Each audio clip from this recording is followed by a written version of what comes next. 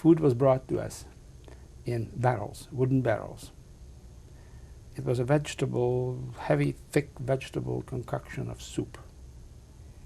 We were given what you might call a liter of it, one scoop, into a dish, into a bowl.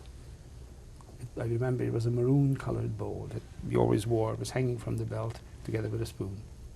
You didn't dare lose it, because without that you didn't eat. So we started to get into the routine of lining up in the morning for tea, plain tea, nothing else.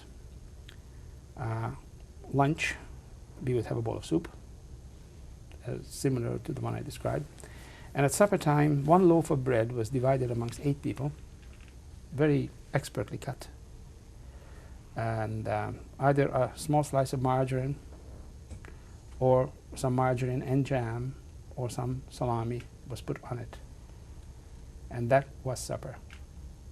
That was the food for an average day. Of course, once hunger became a predominant state of mind, the only thing you could think of was how to secure food, because food meant life, life meant survival. Whether you did this subconsciously or consciously or otherwise, there was no thought for anything else, really.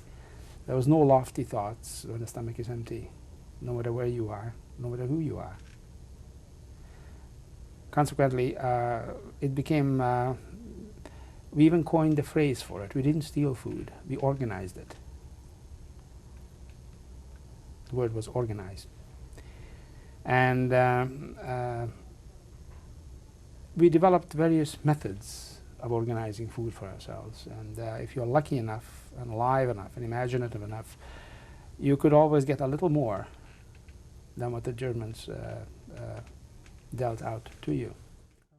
Bread was, of course, at a premium. So we organized the bread brigade. There were 6 of us. The bread was brought into the camp early in the morning in big vans. And they were like bricks, and they were piled on the van really high. And on top, they stuck out a little bit higher than usual. So we developed a technique where we would jump from a tree, 2 or 3 of us, right on top of the trunk, and just simply sweep the bread out on the ground. 2 or 3 of the other fellows would be coming by and pick it up immediately. We would jump off the van and disappear.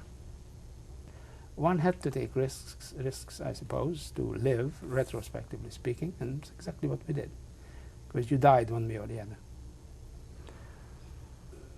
Some people have stolen food from others, depending on the individual. This was an occurrence, but not a common one. There wasn't too much food to steal from somebody else, because not many people had anything extra to steal.